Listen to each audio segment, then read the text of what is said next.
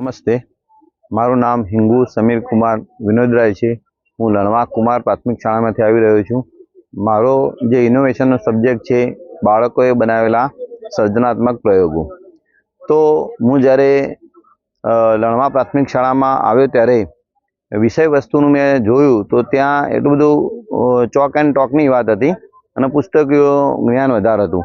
તો એમાં મેં એવું વિચાર્યું કે બાળકો ક્યાંય પ્રવૃત્તિ કરતા થાય અને જો પ્રવૃત્તિ કરીને જો પોતાની સ્કિલ ડેવલપ કરશે તો એ ઘણા બધા આગળ નીકળી શકશે। તો મેં એવું વિચાર્યું કે બાળકો પાસે ઘણી બધી વસ્તુઓ મંગાવી કે જે વેસ્ટ હોય, તો ઘરેથી બાળકો જે કંઈ વસ્તુ મળી એ બધી વસ્તુઓ લેતા આવ્યા અને એ વસ્તુઓ મેં શાળામાં મંગાવી, જેમાં અલગ અલગ જૂથ પડાયા કે કાગળમાંથી બનેલી વસ્તુઓ અલગ, પૂંઠામાંથી જે હોય પૂંઠામાંથી હોય એ બધી વસ્તુઓ અલગ, લોખંડની વસ્તુઓ અલગ, વાયરની વસ્તુઓ અલગ, કાચની વસ્તુઓ અલગ, આવી બધી અલગ અલગ વસ્તુઓનું જૂથ પાડી અને બાળકોને નાના નાના પ્રયોગો વિશે મેં જ્ઞાન આપ્યું અને એમને કીધું કે જો આવા નાના નાના પ્રયોગો જે છે એ કેવી રીતે બનાવી શકાય છે અને આપણી જે અંદર રહેલી સર્જનાત્મક શક્તિ કેવી રીતે બહાર ખીલવી શકીએ છીએ। તો બાળકોએ ધીમે ધીમે પોતાની જાતે બનાવવાનો પ્રયત્ન કર્યો। એમાં જે કંઈ થોડી થોડી ખામી હતી એ ખામી મેં દૂર કરી અને એમને એમ થયું કે અમારામાં કંઈક તો રહેલું છે, અમે પણ બનાવી શકીએ સાહેબ।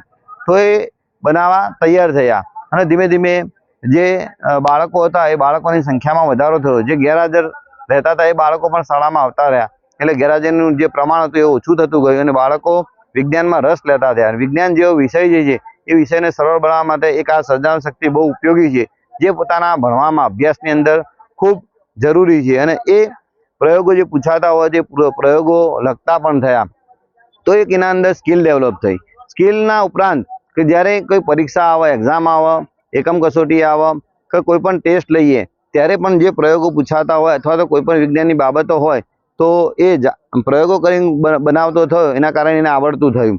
તો ઘણા બધા પ્રયોગો નો ઉપયોગ કેવી રીતે થાય છે તો અહીંયા આપણે જોઈશું કે એક બાળક છે, 6થા ધોરણનો બાળક છે, પોતાની સર્જનાત્મક શક્તિનો ઉપયોગ કરી અને આવું એક નાનું અમથું ડ્રોન બનાવેલું છે। તો આ ડ્રોન જે છે એ ધોરણ 6ના બાળકે બનાવેલું છે। આ ઉપરાંત ધોરણ 6ના એક બાળકે આવું સૂક્ષ્મદર્શક યંત્ર પણ બનાવેલું છે।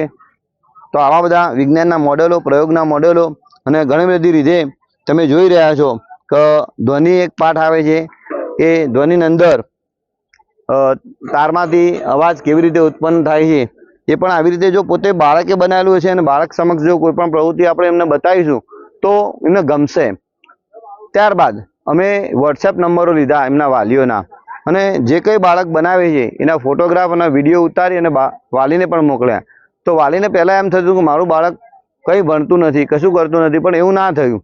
આમાં ઇમ્પ્રૂવ થયું કે મારું બાળકને સાહેબે સરસ રીતે એ પોતે શીખવાડે છે અને ખૂબ એવા તૈયાર કર્યા છે કે જેથી કરીને બાળક, વાલી અને શિક્ષક એનો એક સમન્વય થયો અને આ સમન્વયના કારણે એવું થયું કે બાળકની અંદર જે રહેલી શક્તિ હતી એ વાલી નહોતા જોઈ શકતા પણ અમે જોઈ શક્યા।